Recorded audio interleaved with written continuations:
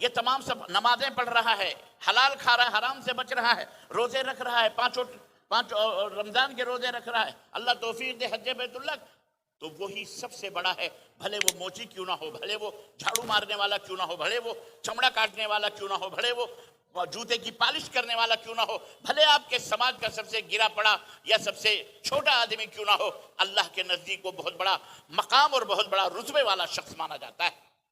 عزیزان محترم، یہ اسلام ہے۔ دین صرف عبادت و بندگی کا نام نہیں ہے کہ بس آپ نے 5 وقت کی نماز پڑھ لی، روزہ رکھ لیے، زکوٰۃ دے دیا، دین مکمل نہیں۔ اللہ کے رسول صلی اللہ علیہ وسلم نے کیا فرمایا؟ اللہ کے لیے خیر خواہ بنو، اللہ کا ادب کرو، اللہ کا احترام کرو، اور یہ کائنات کے تمام مسلمانوں کے لیے۔ آج جو ٹکڑوں میں تم بٹے ہو نا، ذات اور پات کی برادریوں میں، یہ جو تم بٹے ہوئے ہو نا، یہ بھی اسلام کے اندر حرام ہے، یہ بھی اسلام کے اندر حرام ہے۔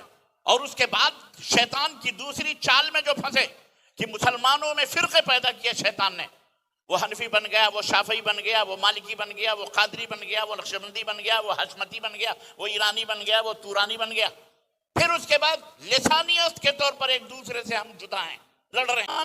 یہ رنگ، یہ نسل، یہ اس لیے نہیں ہے کہ ہم آپس میں ایک دوسرے کے اندر سمانتا پیدا نہ ہو، مساوات پیدا نہ ہو، برابری پیدا نہ ہو۔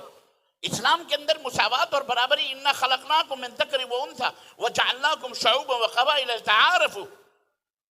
عزیزان گرامی قدر مسلمانوں، میں آپ کو کچھ دینا چاہ رہا ہوں، بڑے اطمینان سے بیٹھو گے تو میں کچھ بات بتاؤں گا مختصر طور پر، اگر اٹھک بیٹھک لگائی تو پھر میں بھی اٹھک بیٹھک کر کے چلا جاؤں۔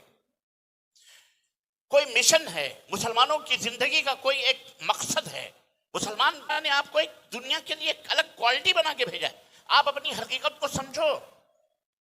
مشکل یہ ہے کہ آپ اپنی حقیقت کو نہیں سمجھ رہے ہیں۔ ہم یہ سوچ رہے ہیں کہ ہمارا بیٹا بیرسٹر بن جائے گا تو ہم کامیاب ہو جائیں گے، ہم یہ سوچتے ہیں ہمارا بیٹا وزیر اعظم بن جائے گا تو ہم کامیاب ہو جائیں گے، ہمارا بیٹا ڈی ایم بن جائے گا تو ہمارا فائدہ ہوگا، ہمارا بیٹا ڈی ایس پی بن جائے گا تو ہم کامیاب ہو جائیں گے، ہمارا بیٹا یا ہماری بیٹی بہت بڑی آئی پی ایس آفیسر بن جائے گی تو ہم کامیاب ہو جائیں گے، ہمارے پاس اتنے ایکڑ زمین ہو جائیں گے تو ہم، حاشا وکلا، ہمارا بیٹا پولیس میں چلا جائے گا، ہمارا بیٹا فلاں ہو جائے گا، نہ، تم کامیاب نہیں ہو سکتے۔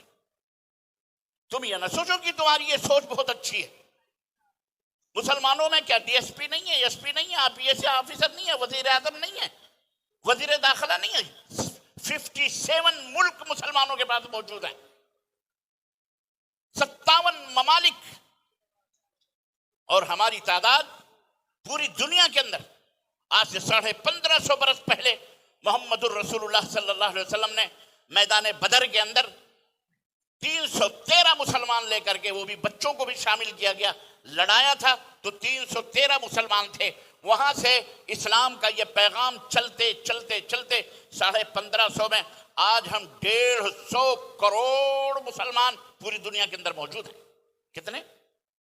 بولو، 1.5 کروڑ نہیں، ہاں 150 کروڑ، 150 کروڑ۔ آپ کہہ رہے ہو کہ اسلام خطرہ ہے، اسلام کو خطرہ ہے، ہمارے مسجدوں کو خطرہ ہے، ہمارے فلانے کو خطرہ ہے، ہماری اوقاف کو خطرہ ہے، ہمارے مدرسوں کو خطرہ ہے، ہماری مسجدوں کو خطرہ ہے۔ کسی کو کوئی خطرہ نہیں ہے۔ یہ حماقت والی باتیں، یہ حماقت والی باتیں۔ لوگوں کو اپنی مسجدوں سے اپنا پیٹ جڑا ہوا ہے، اوقاف سے ان کی اپنی ذات جڑی ہوئی ہے، اور دیگر چیزوں سے ان کی اپنی شخصیتیں جڑی ہوئی ہیں، اس لیے ان کو وہ خطرہ دکھا کر کے، چونکہ ان کے پیٹ میں لات پڑے گی اس لیے وہ چلا رہے ہیں۔ اللہ کے دین کو، اللہ کے گھر کو، اللہ کی مسجدوں کو کوئی خطرہ نہیں ہے۔ اب آپ کہو گے یہ تو پتہ نہیں کون سی گنگا بہار ہے، یہ الٹی بات کر رہے ہیں۔ میں الٹی بات نہیں کر رہا، آپ کو خطرہ ہے۔ کس کو؟ بولو۔ آپ کو خطرہ ہے، آپ کو خطرہ ہے، آپ کو خطرہ ہے، آپ کو خطرہ ہے۔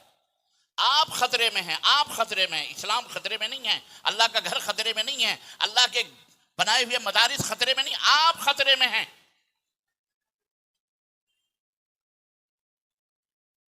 14 برس سے لے کر کے 60 برس کے ہو گئے، آج تک مسجد کا منہ نہیں دیکھا آپ نے، اس لیے آپ خطرے میں ہیں۔ آپ کا اٹھنا بیٹھنا قرآن و سنت کے مطابق نہیں ہے، اس لیے آپ خطرے میں ہیں۔ آپ کا ایمان و عقیدہ اللہ اور اس کے رسول کے بتائے ہوئے طریقے کے مطابق نہیں ہے، اس لیے آپ خطرے میں ہیں۔ درگاہ آپ پوجتے ہیں، آپ خطرے میں ہیں۔ مزار کے سجدے آپ کرتے ہیں، آپ خطرے میں ہیں۔ بدعات آپ ایجاد کرتے ہیں، آپ خطرے میں ہیں۔ شد علم چبوتروں کو خدا مان کر اس کے طواف آپ کرتے ہیں، اس لیے آپ خطرے میں ہیں۔ بدعات اللہ کے نبی کے حکم کو اپنی ٹھوکروں سے اڑاتے ہیں، اس لیے آپ خطرے میں ہیں۔ آپ کو خطرہ ہے، اسلام کو کوئی خطرہ نہیں ہے۔ اسلام کو مٹانے والے مٹ گئے، اللہ نے دریاؤں میں غرق کر دیا، اللہ تعالیٰ نے باد سرسر طوفانی ہواؤں کے ذریعے سے ان کو نیست و نابود کر دیا۔ حضرت ابراہیم جیسی شخصیت کو جلتے ہوئے انگار سے اللہ نے نکال لیا، کیونکہ وہ مومن تھے۔ اللہ کے حکم ان ابراہیم کان امہ، اکیلے وہ تنہا انجمن تھے، تنہا اکیلے ایک جماعت تھے، ایک گروہ تھے۔ وہ اللہ کے نیک اور فرما بردار بندے تھے۔ اللہ تعالیٰ نے سنو ذرا، ایک اور لطیفہ نہیں ہے، یہ بڑی باریک بات ہے۔ ہم کسی کی تعریف آج کرتے ہیں تو کہتے ہیں کہ یہ بہت بڑا مکھیا ہے، بہت بڑا چودھری ہے، بہت بڑا مالدار ہے، یہ بہت بڑے سیٹ ہیں، ان کے 50 فارچونر گاڑیاں ہیں، BMW ہے، پتہ نہیں کون سا WW کیا ہے، ان کے ہیلی کاپٹر ہیں، یہ وزیر اعظم ہیں، یہ بیرسٹر ہیں، یہ فلانے ہیں، یہ فلانے۔ ہم یہ سوچتے ہیں کہ یہ بہت بڑا آدمی، تعریف کرتے ہیں۔ شادی کا مسئلہ ہو، تجارت کا مسئلہ ہو، ادب و احترام کا مسئلہ ہو، لین دین کا مسئلہ ہو، ہم فلانے صاحب کے بڑے پہچان والے ہیں، ہم فلانے منسٹر کے دوست کے ان کے پھپھا کے خالو کے داماد کے دوست کی ہماری پہچان ہے۔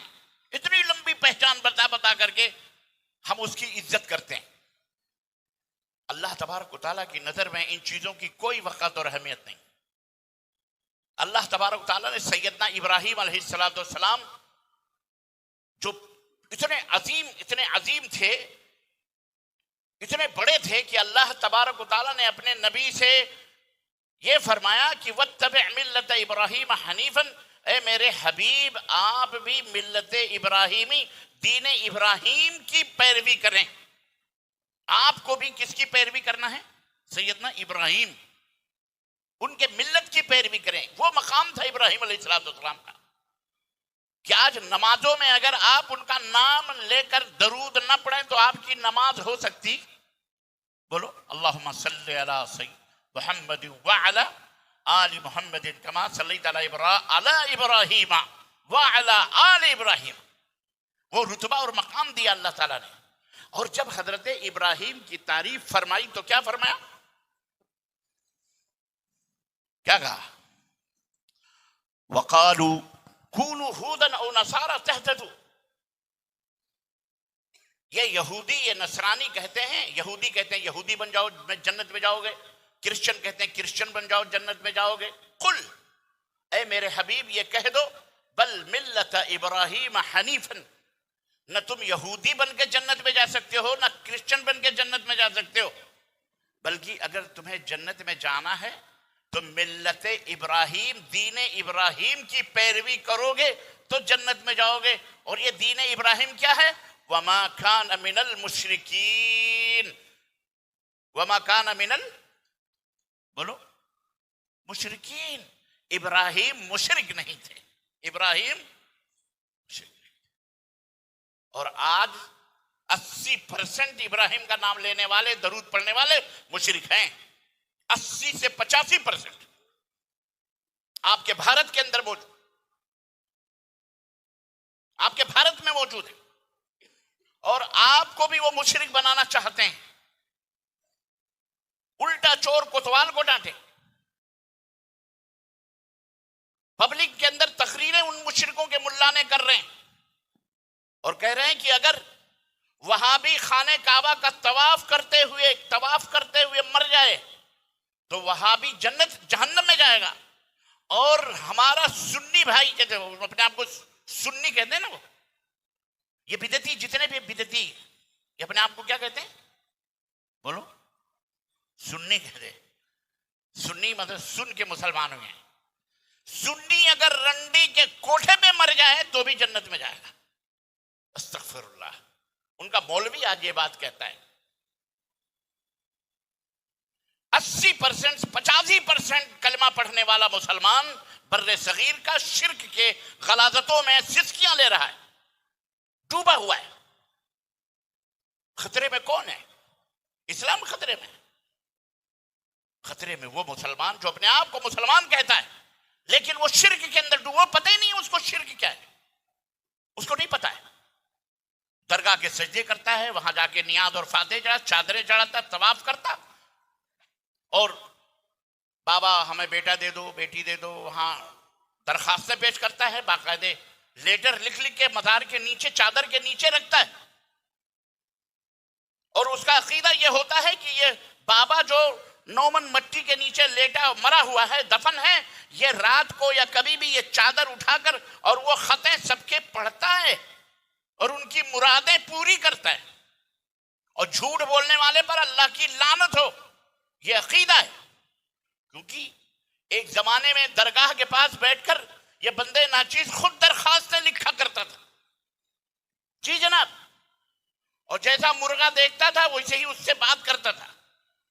زیادہ اپ ٹو ڈیٹ ہے تو اس درخواست لکھنے کی قیمت 200 روپے, اور اگر فقیر وقیر ہے تو چل 15 روپے دے دے, چل کوئی بات نہیں, 15 روپے ادھر کر. درخواستیں کیا ہیں؟ میرا مقدمہ جیت جائے, میری بیٹی کی شادی ہو جائے, میرا فلاں ہو جائے, میرا ڈھکا ہو جائے, بابا سے درخواست کروا دو. بڑا بیٹھ کر کے لکھتے تھے درخواست, ہو جا کے مزار کے چادر کے نیچے رکھ رکھ کے آتا تھا, خوش ہوتا تھا. واللہ بتلا رہا یہ خطرے میں, وہی سب سے زیادہ چلا رہے اسلام خطرے میں ہے, مسلمان خطرے میں, فلانے میں.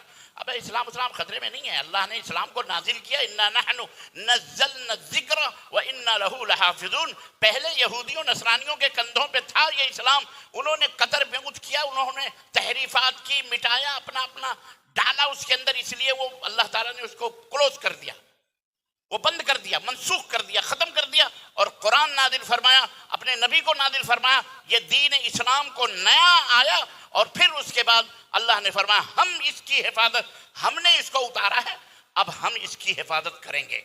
اللہ اپنی حفاظت کر رہا ہے اپنے اسلام کی. اگر ہم حفاظت نہیں کریں گے تو کیڑے مکوڑوں کی طرح ایسے پیروں سے ہم کچل دیے جائیں گے, موب لنچنگ کے ذریعے, حکومتوں کے ذریعے, فوجوں کے ذریعے, بلڈوزروں کے ذریعے. ہم اگر اس دین اسلام کی عزت نہیں کریں گے اور اس کے مطابق اپنی زندگیوں کو نہیں گزاریں گے تو تم بیرسٹر بن جاؤ, تم جج بن جاؤ, تم وزیر اعظم بن جاؤ, تم حاکم بن جاؤ. جو حشر حسینہ کا ہوا کہ ملک کی پرائم منسٹر تھی, لیکن تھوڑی ہی دیر میں کیا نتیجہ ہوا, کیا زوال آیا کہ اپنا ملک چھوڑ کر کے بھاگ کر کے یہاں بھارت کے اندر آ کے اس نے پناہ لیا ہے. ہم نے اپنی آنکھوں سے صدام کو بھی دیکھا, جس کی توتی بولتی تھی, پورے عرب کا بادشاہ کہلاتا تھا, پورے عربوں کا ہیرو تھا وہ. جب وہ سعودی عرب آتا تھا عمرہ کرنے کے لیے تو ملک فہد جیسی عظیم بادشاہت ہستی باقاعدہ اس کے ساتھ ساتھ طواف میں رہتی. اللہ نے جب اسے گرفت میں لیا, پکڑا, اس کی فرعونیت کی وجہ سے, مردودیت کی وجہ سے, تو حشر کیا ہوا آپ نے دیکھا کہ کس طرح سے تخت نشین تھا اور تختے دار پہ لٹکا دیا گیا. یمن کا حکمران علی بن صالح, کیا حشر ہوا اس بادشاہ کا, ہم نے اپنی آنکھوں سے دیکھا کہ رافضی شیعوں کے بیچ وہ حوثیوں کے درمیان ناچ گانے میں مصروف. اسی حوثی نے جس نے اس کو پناہ دی تھی, جس کو وہ اپنا دوست سمجھتا تھا, اسی نے اٹھا کے اس کی پیشانی کے اوپر ایک پستول رکھ کر کے گولی سے ختم کر دیا. بڑے بڑے حکمران کو دیکھے ہم نے, مرسی کو دیکھا جیل کی سلاخوں پہ پھانسی کے پھندے پہ چڑھا دیا گیا. تیونس کا بادشاہ چھوڑ کے بھاگ گیا, لبنان کا بادشاہ, کتنے بادشاہ, کیوں؟ کبھی آپ نے سوچا ہم کس کھیت کے مولی ہیں؟ ہم تو دشمنوں کے نرغے میں ہیں, پھر بھی الحمدللہ بھارت جیسی سرزمین پہ ہیں.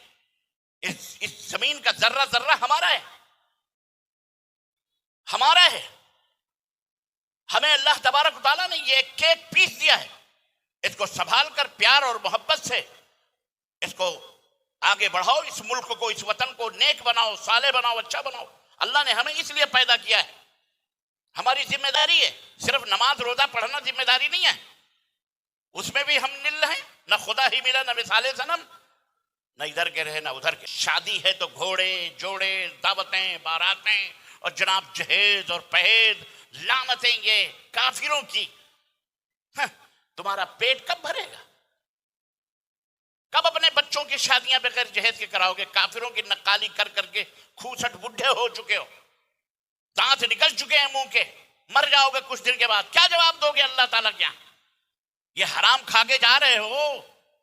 9-10 درہم میں ایک درہم اگر 1 روپیہ حرام کا ہے نا تو 40 وقت کی نمازیں قبول نہیں ہوتی۔ بیٹی بھی لاؤ ہیں، اور اس کے ساتھ ساتھ اسے باپ سے مطالبہ کرو کہ ہم کو 2 ویلر دو، 3 ویلر دو، 4 ویلر دو، پلنگ دو، چادر دو، تکیا دو، جوتے دو، چپل دو، گھڑی دو، فلاں دو، راڈو گھڑی دو، ٹی وی دو، فریج دو، ہیں؟ کیا جواب دو گے قیامت کے دن؟ کس نے اس کو حلال کیا آپ کے لیے؟ کون حلال کہتا ہے؟ یہ کہاں سے فتویٰ نکالا آپ نے؟ یہ حرام ہے، حرام۔ واپس کرو، جن سے تم لے کے آئے ان کے گھروں کو لوٹاؤ، کان پکڑ کے رات کی تنہائیوں میں توبہ کرو اللہ تعالیٰ سے، ورنہ سڑا سڑا کے مارے جاؤ گے، اللہ کی قسم بتلا رہا ہوں۔ نماز تو ہم تو اللہ ہی مالک ہے۔ نوجوان آج کا ہمارا طبقہ، ابھی میں راستے میں آ رہا تھا، یہاں آیا تو بھیڑ ہی نہیں تھی، اور وہاں ہم تقریباً 20-25 منٹ، آدھا گھنٹہ ہم ٹریفک میں پھنسے ہوئے ہیں۔ ایسا لگ رہا ہے جیسے محمد علی روڈ بمبئی کی کوئی ٹریفک ہو جس میں ہم پھنسے ہوئے ہوں۔ بائکیں ہی بائکیں، کاریں بھی آ رہی ہیں، عورتیں بھی، بچے بھی، گھس گھس کے اس پتلے سے بازار میں، ایسا لگ رہا ہے سب بھاگ رہے، جا رہے ہیں، اور سب جا ہی رہے تھے۔ یہ جلسہ کس لیے کرایا جاتا ہے؟ آپ کے لیے خرچہ کیا گیا 1,00,000 2,00,000 3,00,000 روپے۔ یہ علماء کرام کیوں آئے؟ اللہ اس کے رسول کی باتیں بتانے کے لیے۔ اور آپ جیسے بدنصیب اور آپ جیسے کم ظرف کہ آپ اپنے بچوں کے اوپر حکومت نہیں کر سکتے، آپ اپنے بچوں کو کنٹرول نہیں کر سکتے، آپ یہ چھوٹا سا گراؤنڈ نہیں بھر سکتے، اور اپنے آپ کو آپ اہل حدیث ٹاپ کے مسلمان، پیور ٹناٹن بالکل اصلی مسلمان، اہل الحدیث، قرآن اور سنت کے ماننے والے، اور آپ کا یہ حشر ہے جو میں دیکھ رہا ہوں۔ کچھ لوگ مردوں کی طرح پڑے ہوئے ہیں، ادھر سو رہے ہیں۔ پیٹے جاؤ گے۔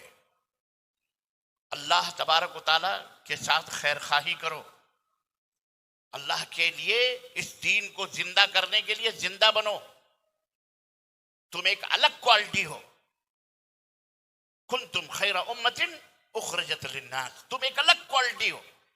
تمہیں اللہ نے اس لیے بنایا ہے تأمرون بالمعروف وتنہون عن المنکر، کہ تم لوگوں کو بھلائیوں کا حکم دو، برائیوں سے روکو۔ اس لیے اللہ نے ہمیں بنایا، مسلمان بنایا، ہم نے کلمہ اسی لیے پڑھا ہے۔ آج ہم خود غلام ہو گئے، آج ہمارے اوپر لوگوں کے ڈنڈے چلتے ہیں، لوگوں کی حکمرانیاں ہیں۔ اس لیے مسلمان بھائیوں، اپنے ایمان اور عقیدے کو شرک کی نجاستوں غلاظتوں سے پاک کرو۔ اور دنیا کے مسلمانوں اور بھارت کے مسلمانوں، میری آواز سن رہے ہو، یہ بیٹھا ہوا مجمع ہی میرا مخاطب نہیں ہے، جہاں تک میری آواز جا رہی ہے وہ سارے مسلمان بھائی بہن ہمارے مخاطب ہیں۔ اور میری بات غور سے سنو اپنے، اور الحمدللہ یہ میں اللہ کا شکر ادا کرتا ہوں کہ سوشل میڈیا نے حق کو سمجھنا بہت آسان بھی کر دیا ہے۔ آج الحمدللہ ہمارے مخالفین جو مخالفت کیا کرتے تھے، جو وہابی کہتے ہوئے اپنی روٹیاں سینکتے تھے، جو ہماری باتوں کو جواب دینے کے لیے لوگوں کو تیار کرتے تھے، اللہ کا شکر ہے کہ ان علماء بریلویت کی زبان سے آج اللہ تبارک و تعالیٰ کلمہ حق نکال رہا ہے۔ آج وہ مزاروں کے طواف کی مخالفت کرتے ہیں، چراغوں کی مخالفت کرتے ہیں، 11ویں 12ویں کے جناب جلوس کی اور 11ویں منانے کی بھی مخالفت کرتے ہیں۔ آج جناب عورتوں کو قبروں کے اوپر جا کر لعنت بھیجنے والی حدیثیں بیان کر رہے ہیں۔ آج ان سب چیزوں کو وہ حرام قرار دے رہے ہیں. یہ کس کا دین ہے؟ یہ کس کی دین ہے؟ یہ اللہ کے فضل سے اہل حق، اہل توحید، اہل الحدیث کا کی محنت اور اہل الحدیث کے علماء کی جد و جہد کہ آج ان ظالموں کے منہ سے ہماری باتیں اللہ نکلوا رہا ہے. آگے اور کھل جائیں گے 2-4 ملاقاتوں میں. یہ گرتی ہوئی دیوار ہے، 2-4 لات مارنے کی ضرورت ہے. انشاءاللہ بریلویت کا پورا یہ جو ڈھانچہ ہے انشاءاللہ ختم ہوگا اور یہ سب توحید و سنت کے انشاءاللہ دامنوں میں آئیں گے انشاءاللہ تبارک. ضرورت اس بات کی ہے کہ ہم دین اسلام کو میو میو میو میو کر کے نہ بیان کریں، کھلم کھلا توحید کو بیان کریں، شرک کو بیان کریں. بدعت، یہ اس لیے بیچارے بدعت نہیں جانتے کس کو کہتے ہیں. اس کا مولوی اس کو پڑھاتا ہے یہ مائک میں بولنا بھی بدعت، یہ گھڑی پہننا بھی بدعت، یہ کرسی پہ بیٹھنا بھی بدعت، یہ پہننا بدعت، وہ پہننا بدعت، ٹرین پہ بیٹھنا بدعت، ہوائی اس طرح مولوی نے سبق پڑھایا ہوا ہے لوگوں کو. اس کو نہیں پتہ بدعت کیا ہے. آخر میں کہتا ہے یہ جو تمہیں بدعتی کہے وہ کہو تو بھی بدعت، کیونکہ تو بھی نبی کے زمانے میں نہیں تھا. یہ جواب سکھلاتے ہیں. لیکن الحمدللہ اب ان کے حالات تبدیل ہو رہے ہیں دھیرے دھیرے. عوام سمجھ رہی ہے، کوالیفائیڈ ہو رہی ہے، ایجوکیشن بڑھ رہا ہے. اپنے بچوں کو بہترین تعلیم دو. یہ مدرسے، یہ یتیم خانے. آج میں اس مدرسے کی آپ کے فلاح المسلمین کی چھوٹی سی ویڈیو دیکھ رہا تھا. بچوں کو دیکھ کر کے مجھے ترس آیا، مجھے رحم آیا. میں کہا اللہ اکبر، اتنی بڑی خدمات یہ بیچارے انجام دے رہے ہیں.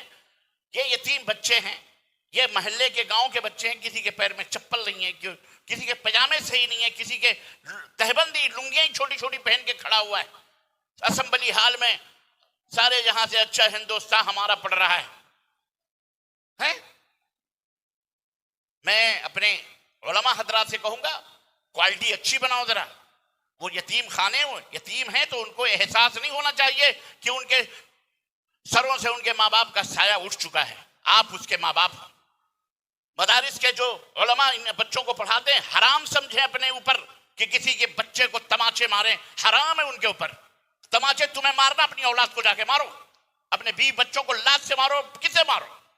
لیکن کسی طالب علم کے، کسی بھی بچے نے جس کے باپ نے اپنے بچوں کو تمہارے حوالے کیا ہے، ہرگز ہرگز اس کے اوپر ڈنڈے نہیں آنے چاہیے، ورنہ مرنے تک وہ تمہارے اوپر لعنتیں بھیجے گا اگر مدرسہ چھوڑ کے گیا. آج مدارس میں پڑھنے والے وہ طلبہ جو مدارس سے باغی ہو کے نکلیں اور وہ دوسری لائنوں میں چلے گئے، اللہ کی قسم بتلا رہا ہوں، وہ اپنے اساتذہ کو گالیاں دیتے منہ بھر بھر کر کے کہ میں حافظ جی. سعودی عرب میں میرے درسوں میں بہت سارے ایسے طلبہ آئے جو کہتے تھے میرا یہ دکھاتے تھے یہ ہڈی ٹوٹ گئی. میں نے کیسے ٹوٹی؟ بولے مدرسے میں پڑھ رہا تھا، 10 پارے حافظ حفظ کر رہا تھا، ہمیں حافظ جی نے پٹک پٹک کے مارا، میری ہڈی توڑ دی. اس دن سے توبہ کر لیا، نہ قرآن یاد کروں گا نہ پڑھوں گا. بھاگ گیا مدرسے سے. کون ذمہ دار ہے؟ یہ حافظ جی ذمہ دار ہے. اس کے اوپر لعنت آ رہی ہے. تو اگر لعنت کھانا ہے مولانا لوگوں، مدرسوں کے ذمہ داروں، تو پھر مارو بچوں کو. زندگی بھر تمہارے لیے بد دعا کرے گا، تم کبھی سکھ کی نیند نہیں سو سکتے. یاد رکھو بہت ساری چیزیں. کس کس ڈپارٹمنٹ کو اصلاح کی بات کریں ہم آپ. ہمارا تو آمے کا آمہ کالا ہو چکا ہے. ہمارا ایمان صحیح نہیں، اللہ کے ساتھ ہمارا معاملہ غلط، کتاب اللہ کے ساتھ ہمارا معاملہ غلط. قرآن کون پڑھتا ہے؟ بہت سارے مسلمان ہیں جن کو قرآن پڑھنا ہی نہیں معلوم. ہندی جانتے ہیں، انگلش جانتے ہیں، بیرسٹر بنے ہوئے ہیں، لائر بنے ہوئے ہیں، جج بنے ہوئے، ان کو سورہ فاتحہ صحیح ڈھنگ سے پڑھنا نہیں آتا. ہماری کتنی مائیں بہنیں ہیں اللہ کی قسم ان کو اتحیات نہیں آتی، سورہ فاتحہ تک نہیں آتا. کون ذمہ دار ہے اس کا؟ بغیر نماز کے وہ جنت میں نہیں جا سکتی. اللہ کے نبی بہت ہمارے علماء بیان کرتے ہیں بغیر سورہ فاتحہ کے نماز نہیں ہوتی، بغیر سورہ فاتحہ کے بے شک نہیں ہوتی. ہماری کتنی بہنیں ہیں جوان ہیں لیکن ان کو سورہ فاتحہ نہیں معلوم ہے، ان کو تحیات نہیں معلوم ہے، وہ نماز نہیں پڑھتی. بتاؤ مودی جی آ کے اسے قرآن پڑھائیں گے؟ کون پڑھائے گا؟ یہ ہوم منسٹری سے امت شاہ آ کر کے قرآن پڑھائیں گے، یا آپ کے بہار کا منسٹر آ کر کے کون ہے نتیش کمار پڑھائیں گے، آ کر کے قرآن پڑھائیں گے؟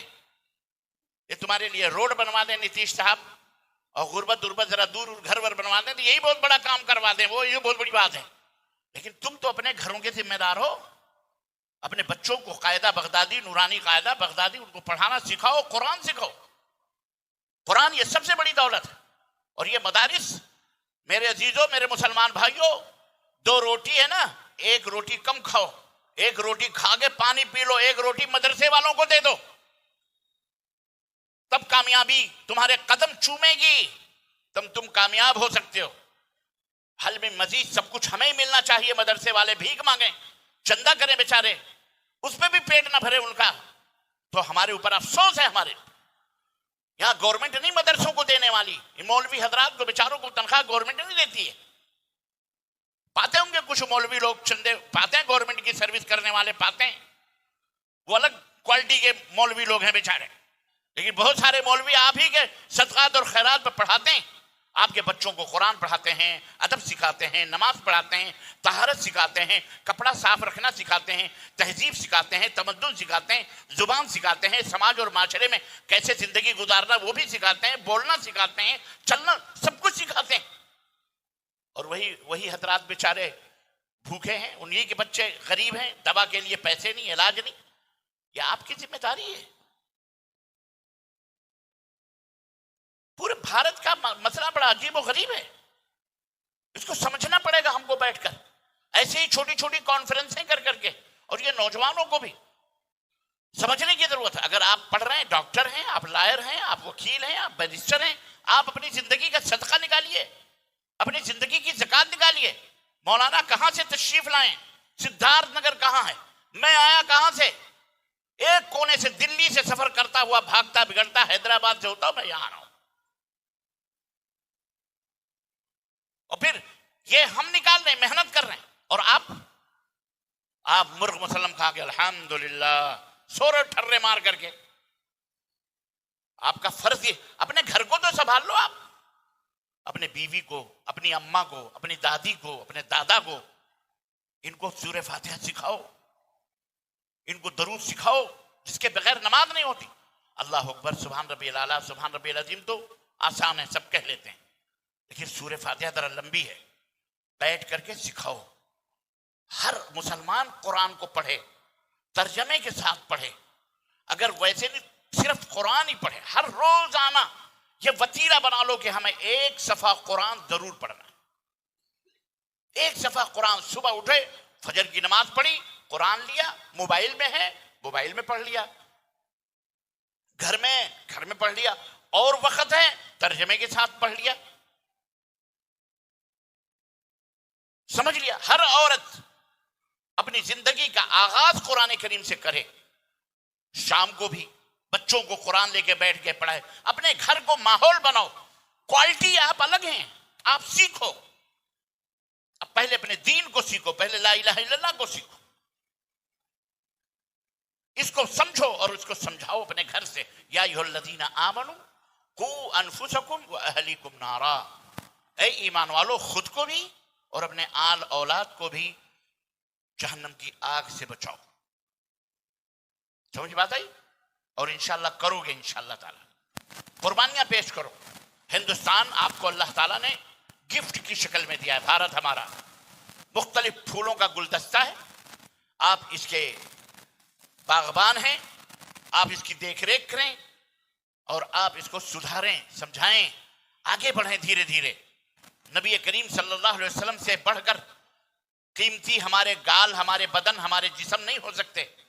اللہ کے نبی نے اس دین کو لوگوں تک پہنچانے میں محنت کی ہے، جد و جہد کی ہے. لا الہ الا اللہ کے پیغام کو گلی گلی، نگر نگر، مکے کے گھر بازاروں میں جا کے پھیلاتے تھے. آپ کو مارا جاتا تھا، آپ کو ستایا جاتا تھا، آپ کے ساتھیوں کو ستایا جاتا تھا. ہم نے کون سا لا الہ الا اللہ کی بنیاد پر جوتے، چپل یا تھپڑ کھائیں؟ ہمارا نوجوان چھوکری پھنسانے میں جوتے کھاتا ہے، پولیس چوکیوں میں جا کے بیٹھا رہتا ہے، چوری کرنے میں، چماری کرنے میں، گٹکا کھانے میں، سگریٹ پینے میں، نشہ کرنے میں، شراب پینے میں، جوا کھانے میں. عام مسلمانوں کی کیا میں بات کروں، ہمارے اپنے مسلمان اہل حدیث اپنے آپ کو کہنے والے شراب پی رہے ہیں. لعنت ہے ہماری زندگیوں کے اوپر کہ خبائث کی، حرام کی اماں شراب ہوئے، آج ہمارے نوجوانوں میں، بڈھوں میں، بزرگوں میں اس کی لت پڑی ہوئی ہے۔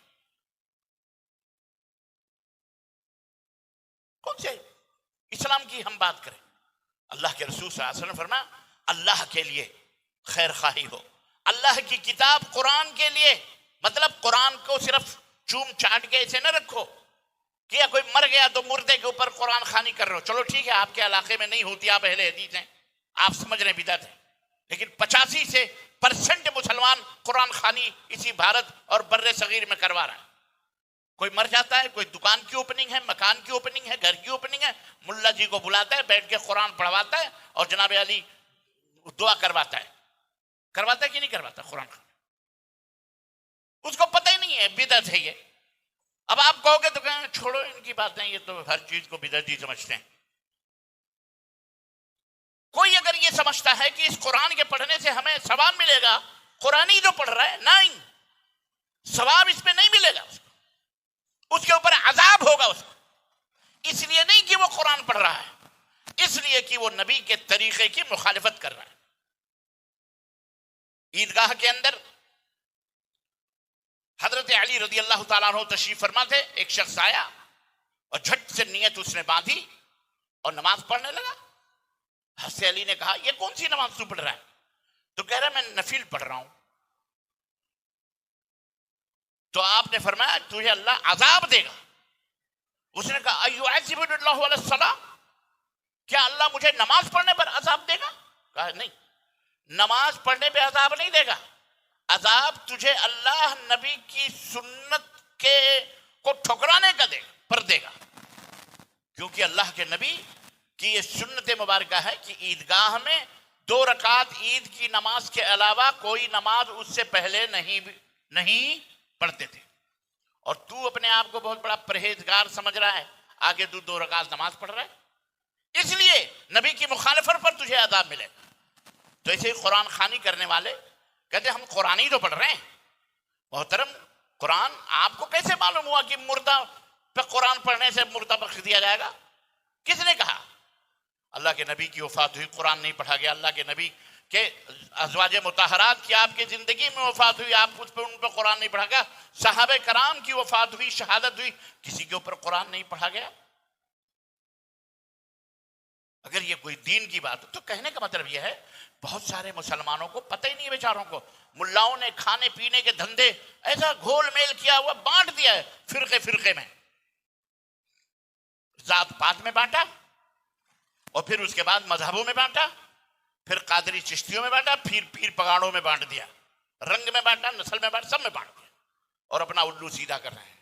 اہل حدیثوں، اے میرے بھائیوں، آپ ان مسلمانوں کے درمیان ایک اعلیٰ کوالٹی مسلمان ہو، اعلیٰ کوالٹی کے مسلمان ہو، تو آپ کو اپنے اس مقام اور رتبے کو سمجھنا پڑے گا اور اس طرح بننا پڑے گا۔ مسلمانوں کے لیے اب ہو گیا اللہ کے لیے، اللہ کی کتاب کے لیے خیر خواہی، اللہ کے رسول کے لیے خیر خواہی، یہی ہے کہ آپ سنت کو زندہ کریں، بدعت کو سے دور رہیں۔ یہ تعویذ، یہ گنڈے، یہ جھاڑ، یہ پھونک، یہ عود اگربتیاں جو گھروں میں سلگا کر کے، تعویذ گنڈے میں نے سنا ہے یہاں بھی چل رہے ہیں، مولوی لوگ بنا کے دے رہے ہیں، بولو نہیں چل رہے ہیں؟ تعویذ گنڈے چل رہے ہیں، ان مولویوں کو پکڑ کے اس کی ناک میں تعویذ گھسڑو کمینے کے، اس کو نکالو اپنی مسجدوں سے باہر، نہیں توبہ کراؤ، نہیں تو اس کا منہ کالا کر کے گدھے پہ بٹھا کے پورے محلے میں گھماؤ، اگر وہ اپنے آپ کو اہل حدیث کہہ رہا ہے، اور اگر بدعتی شدتی ہے تو اس کو تو بات الگ ہے، اس کو بھگاؤ وہاں سے۔ بات سمجھ میں آ رہی کہ نہیں آ رہی؟ یہ دھیرے دھیرے شیطان کہاں سے آتا معلوم تم کو بتاؤں؟ یہ جو تم شادیاں برادری واد کی سوچ کے کرتے ہو نا، ہم فلانے برادری میں شادی، ہم فلانے برادری، اب وہ تو آپ اہل حدیث ہیں، لڑکی آئی ہے قبر پرست بدعتی، تو اپنی والی چلا رہی ہے، آپ کو تو نہیں چلو اتنا ٹکر مارے گی، لیکن آنے والی نسلوں کو وہ برباد کرے گی، نانی کے، خالہ کے، ماموں کے ساتھ بھیج کر ان کو مشرک اور بدعتی ضرور بنا دے گی، اور دو نسل میں شرک اور بدعت پھیل جائے گی۔ اس لیے الحذر والحذر، ڈرو، بدعت سے دور رہو، بدعت سے دور رہو۔ اور اسی طرح سے نبی صلی اللہ علیہ وسلم نے جتنی بھی چیزیں اللہ نے اس کے رسول نے حرام کی ہیں ان حرام چیزوں سے بائیکاٹ کرو. تمباکو یہ ہاں لا کاکا تھوڑا مجھے بھی دے. پیشاب کر کے آیا ہے پکڑ کے اسی سے چونا نکال رہا ہے اسی سے اور تم کو وہی منہ میں ڈلوا رہا ہے. شرم کرو یارو حیا کرو. توبہ کرو اللہ تعالیٰ سے. کینسر پیدا ہوتا ہے اس سے. سگریٹ پی رہے ہیں یہ نوجوان کھڑے کھڑے زپ کھول کر کے پیشاب کرے گا اسی ہاتھ سے سگریٹ پکڑے گا اسی میں پیشاب لگے اسی کو منہ میں لگا کے پیے گا. یہ لعنت ہے اللہ تعالیٰ کی. توبہ کرو ان تمام سب چیزوں سے. بڑے شوق سے پان کھا رہے ہیں. پان کھائیں سیاں ہمارے ہیں بڑا اچھا لگ رہا ہے. توبہ کرو ان تمام سب چیزوں سے. یہ اللہ بلا بدتریں نہ کرو اپنی زندگی میں. کینسر کی بیماریاں پیدا ہوتی ہیں اور نہ جانے کیسی کیسی بیماریاں پیدا ہوتی ہیں. یہ بھی اللہ کے رسول صلی اللہ علیہ وسلم کی سنت پہ ایمان لانے کے خلاف ہے یہ چیز. اللہ کے نبی پر ایمان لانے کا مطلب کیا تھا پتہ ہے آپ کو؟ اللہ اللہ میں واقعات کیا بتاؤں آپ کو. میں واقعات اور قصے کا قائل عادی نہیں ہوں لیکن میں آپ کو ایک حضرت ایک صحابی ہیں ان کا نام تھا جریر بن عبداللہ البجلی رضی اللہ تعالیٰ. مشہور صحابی جریر بن عبداللہ البجلی. عبداللہ ان کے باپ کا نام تھا ان کا نام جریر تھا اور ان کی ماں کا نام البجیلہ تھا. بجیلہ کہا جاتا. اسی سے ان کی جو نسبت ہے ماں کی طرف ہے ان کو بجلی کہا جاتا ہے. بڑے عظیم صحابی تھے. اللہ کے رسول صلی اللہ علیہ وسلم سے انہوں نے ایک سوال کیا تھا تو اس کا جواب یہ ملا تھا کہ نماز قائم کرو زکوٰۃ ادا کرو نماز پڑھو اور مسلمانوں کے ساتھ خیر خواہی کرو. مسلمانوں کے ساتھ خیر خواہی کرو مطلب مسلمانوں کے ساتھ یعنی ان کے ساتھ اچھا سلوک کرو. ان سے ملو ان سے جلو ان سے سلام کرو لین دین کرو اٹھو بیٹھو تحادو تحابو گفٹ دو ہدیہ لو. ہیں غیبت نہ کرو چغلی نہ کرو آپس میں محبت سے رہو. ایک دوسرے کا مال نہ غصب کرو ایک دوسرے سے جھوٹ بول کر دشمنی نہ کرو لڑاؤ بھڑاؤ نہیں. مسلمانوں سے خیر خواہی کا مطلب یہ ہے. ایک آدمی مدینے کے بازار میں گھوڑا بیچ رہا تھا گھوڑا. تو حضرت جریر بن عبداللہ البجلی وہاں گئے. حضرات سامعین شیخ اور 2-3 پوائنٹ بیان کریں گے. اسی دوران اگر کسی کے ذہن میں اہم سوال ہو تو لکھ کے صدر جلسہ کے پاس پہنچا دیں تاکہ شیخ جلدی ان کے جواب دے دیں. جزاک اللہ خیر. تو حضرت جریر بن عبداللہ البجلی اس گھوڑے والے کے پاس گئے. انہوں نے کہا کہ یہ کتنے کا گھوڑا ہے؟ اس نے کہا 300 درہم کا. تو انہوں نے کہا یہ 300 درہم کا نہیں یہ 400 کا بھی ہو سکتا ہے. تو اس نے کہا میں 300 مجھے دے دو پلس آپ کو 100 درہم اور دینا ہے تو آپ کی مرضی ہے. کہا نہیں 400 کا بھی نہیں تمہارا گھوڑا 500 کا ہے. کہا کوئی بات نہیں دے دو. اس نے کہا نہیں 500 نہیں تمہارا گھوڑا 600 کا ہے. اس طرح سے 800 درہم میں وہ گھوڑا انہوں نے خریدا اس سے. اور تھا کتنے کا؟ وہ بیچ کتنے میں رہا تھا بولو؟ 300 درہم. آپ کو پتا چلے تو آپ تو کہیں گے منڈی کاٹ لیں گے 150 میں دینا ہے تو دے دے. آدھا کٹ ماریں گے سیدھے. انہوں نے 800 دے کر کے لے لیا. تو لوگوں نے ان سے پوچھا کہ آپ نے اس کو 800 میں کیوں خریدا؟ وہ تو 300 کہہ رہا تھا تو آپ 300 دیتے خوش رہو. کہنے لگے وہ تو بات صحیح ہے لیکن میں نے دیکھا کہ اس کا گھوڑا 300 کا نہیں اس کا گھوڑا واقعی 800 کے لائق ہے. اور میں نے اللہ کے نبی سے سنا ہے کہ مسلمانوں کے ساتھ خیر خواہی کرو. تو اس خیر خواہانہ جذبے سے میں نے اپنے بھائی کو زیادہ دے دیا اور میں نے اس سے وہ گھوڑا خرید لیا. صحابہ کرام رضوان اللہ تعالی علیہ مجمعین کی یہ عادت مبارکہ تھی کہ نبی کائنات صلی اللہ علیہ وسلم سے جب کوئی بات سنتے تھے تو اس کے اوپر عمل کرتے تھے اپنی زندگی کا مشن بناتے تھے. اور آج ہم ہیں اس کان سے سنتے ہیں اس کان سے سن لیے سگریٹ نہیں پینا چاہیے. اللہ کے نبی نے حرام قرار دیا ہے تمباکو کو نشے آور چیزوں کو لیکن اس کے باوجود بھی یہاں سے نکلیں گے تو یہاں سے ٹھونکنا شروع کریں گے. جانتے ہیں کہ ایک سگریٹ پینے والا خود تو مریض ہوتا ہی ہے بیوی کو بھی مریض بناتا ہے. گھر میں جو اس کے بغل میں ننا منا بچہ سو رہا ہے وہ بھی کینسر کا مریض ہوتا ہے. اپنے بچوں سے سگریٹ منگاتے ہو, تمباکو منگاتے ہو, پان منگاتے ہو, وہ بچہ سمجھتا ہے کہ بابا یہ کوئی اچھی چیز کھا رہے ہیں, اس لیے کل کو وہ بڑا ہوتا ہے تو وہ بھی پھانکنا شروع کرتا ہے جو آپ کو پسند نہیں ہے. اس لیے میرے مسلمان بھائیوں, یہ تو ہو گئی. اور عام حکمرانوں کے لیے خیر خواہی کا جذبہ یہ ہے کہ ہم بھلائیوں کے کاموں میں ان کی پیروی کریں, برائیوں کے کاموں میں ان کی پیروی نہ کریں.